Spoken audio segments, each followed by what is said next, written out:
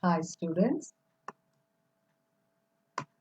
in this lecture we are going to discuss about chemical bonding. The basics of chemical bonding and the types like ionic bond, covalent bond, coordinate bond. The learning outcome would be at the end of this lecture you'll be able to acquire basic knowledge on types of bonding. And some of the assessment curriculum also will be discussed like why magnetic resonance imaging devices use liquid nitrogen to cool the superconducting magnets. Nitrogen is gas at room temperature and liquefies at minus 195.8 degrees Celsius, but its neighbor on the periodic table oxygen boils at minus 182.95 degrees Celsius. Like these all these questions will be answered in this. And the famous octet rule is followed in chemical bonding. Like atoms do anything either to gain or lose or share electrons in order to get a full set of valence electrons. Octa means 8. So most atoms need 8 valence electrons for a full set. So a bond results from the attraction of nuclei for electrons. All atoms trying to achieve a stable octet. In other words, the proton in one nucleus are attracted to the electrons of the another atom. So two major types of bonding we have. One is ionic bonding, another one is covalent bonding. Ionic bonding forms ionic compounds by transfer of electrons, and covalent bonding forms molecules by sharing of electrons. One minor type of bonding is that metallic bonding. Here it occurs between like atoms of a molecule in a free state.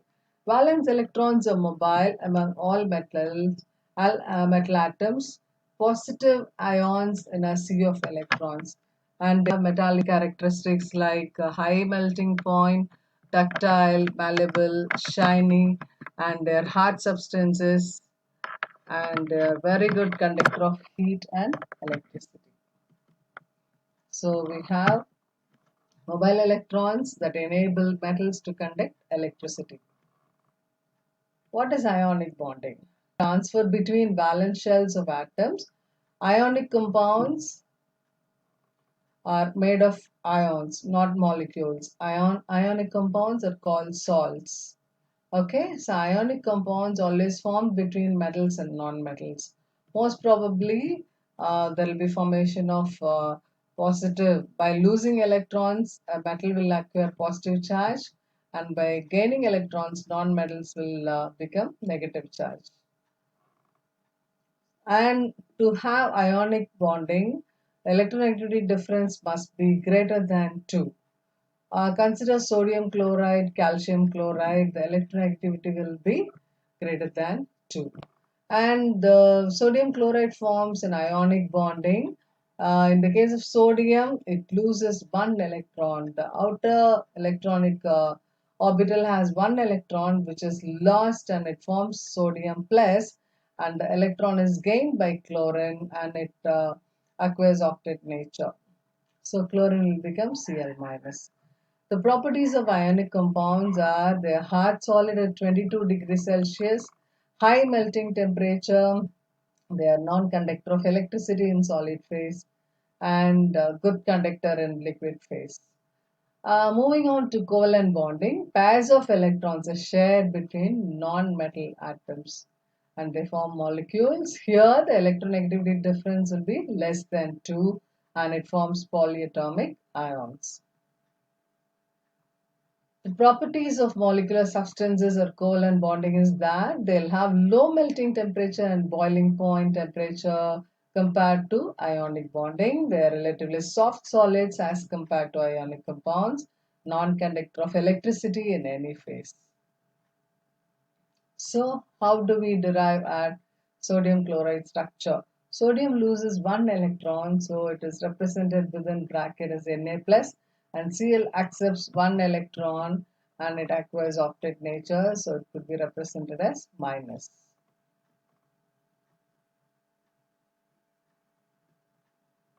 These are steps that are involved in representing the electron dot formula.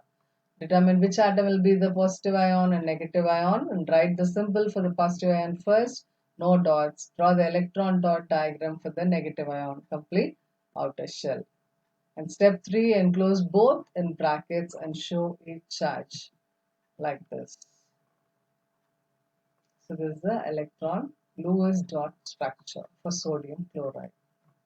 This is the electron gained from sodium. An aqueous minus charge. Sodium loses one electron in aqueous positive charge. Always remember, atoms are trying to complete their outer shell. The number of electrons the atoms need is the total number of bonds they can make. For example, hydrogen, it requires one electron, so it can make one bond. Oxygen requires two electrons, so it forms two bonds. Fluorine requires one electron, so it forms one bond. Nitrogen requires three electrons to complete octet nature, so it can form three bonds. Chlorine can form one and carbon can form four bonds. This is the electron dot structure of methane,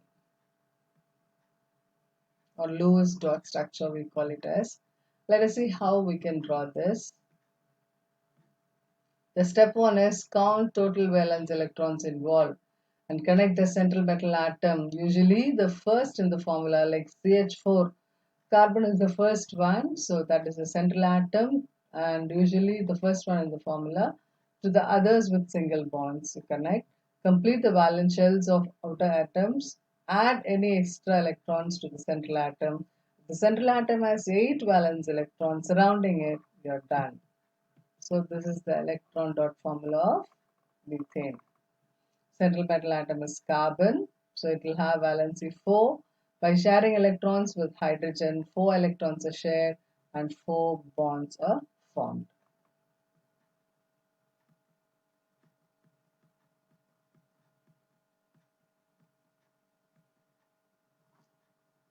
Look at oxygen. It forms double bond. Okay.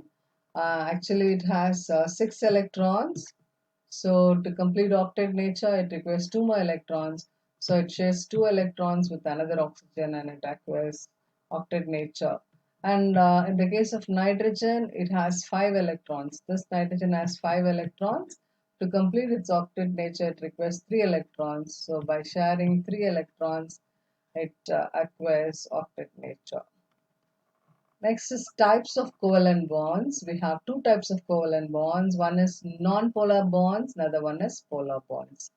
So non-polar bonds, electrons shared evenly in the bond, electronegativity difference is zero. And this will happen between identical atoms or diatomic molecules. And another type is polar bonds. They are formed between electrons unevenly shared, and the electronegativity will be greater than 0 but less than 2. They are closer to 2, more polar and more ionic character. Non-polar molecules, sometimes the bonds within a molecule are polar and yet the molecule is non-polar because of its shape. If the shape is symmetrical, it behaves like a non-polar. Example is methane. Polar molecules will have two poles. One will be positive, another one will be negative. This is due to because they are not equal on all sides. Polar bonds between two atoms makes a polar molecule and they have asymmetrical shape of molecules like HCl. So here you could see hydrogen is smaller and chlorine is larger. Hydrogen acquires only 2 electrons whereas chlorine has 8 electrons, due to which chlorine will acquire partial negative charge and hydrogen will acquire partial positive charge. So we have two poles, positive and negative, and they behave like polar compounds. Water is also asymmetrical. We have two hydrogen and oxygen. Oxygen is surrounded by 8 electrons, but each hydrogen will have only 2 electrons. So they are partial positive and oxygen will be partial negative. And they are asymmetrical, and due to which it has a bent structure. The structure will be bent. So bonds, we have non-polar and polar. Molecules also we have non-polar and polar. Molecules, they are non-polar due to symmetrical nature and polar due to asymmetrical nature, whereas bonds, they are non-polar if they are identical and polar if they are different. Ionic bonds are polar, that the electrons are not shared but transferred between atoms forming ions. The next type of bond is coordinate bond. What is a coordinate bond? It is also kind of covalent bond formed, but what happens is only one atom will share both the pair of electrons. The shared pair of electrons is contributed by only one of the atoms. And the atom providing the electron pair is called donor atom. The one which accepts, we call it as acceptor atom. And coordinate bond is always denoted by an arrow pointing towards the acceptor atom. The condition is that we should have a donor atom which possesses a lone pair of electrons, and the acceptor atom, it should possess a vacant orbital so that it can accept pair of electrons to complete octet nature. Best example is ammonium ion. This is formed by coordinate bond. It is formed by combination of ammonia molecule and hydrogen ion. In ammonia, nitrogen atom has a lone pair of electrons after completing its octet. So it has a lone pair of electrons, and this could be donated to hydrogen because hydrogen is positive, so it can easily gain electron. So it accepts electron, and the ammonium ion as such carries a positive ion. Since ammonia is donating pair of electrons to hydrogen, it is denoted by an arrow. Hydronium ion coordinate bond. This is formed by the combination of water molecule and hydrogen ion. So water has three oxygen. This oxygen has three lone pair of electrons, and one lone pair of electron is donated to hydrogen. Okay, and thereby it forms a coordinate bond. So hydrogen is an acceptor and oxygen is a donor. The oxygen atom in a water molecule has two lone pairs of electrons. It donates one pair to hydrogen ion. Oxygen is thus donor, hydrogen is the acceptor. The hydrogen ion carries over its charge to hydronium ion. And the properties, it will be in between the ionic compounds and covalent compounds. Like coordinate compounds have higher boiling point, melting point, viscosities than covalent compounds. These compounds are semi-polar in character. These compounds are gases, liquids, or it could be solids even, and they are usually insoluble in polar solvents like water but soluble in non-polar solvents. And the coordinate compounds are also non-ionic. They undergo molecular reaction which are slow. Coordinate compounds are stable, and the compounds show isomerism also. So far we discussed about types of bonding like covalent bonding, ionic bonding, and coordinate bonding, and the properties of the compounds. So the learning outcome is that from this lecture, I think you have been able to acquire basic knowledge of different types of bonding and properties of different compounds like covalent compounds, ionic compounds, and coordination compounds. Thank you. Thank you for your attention.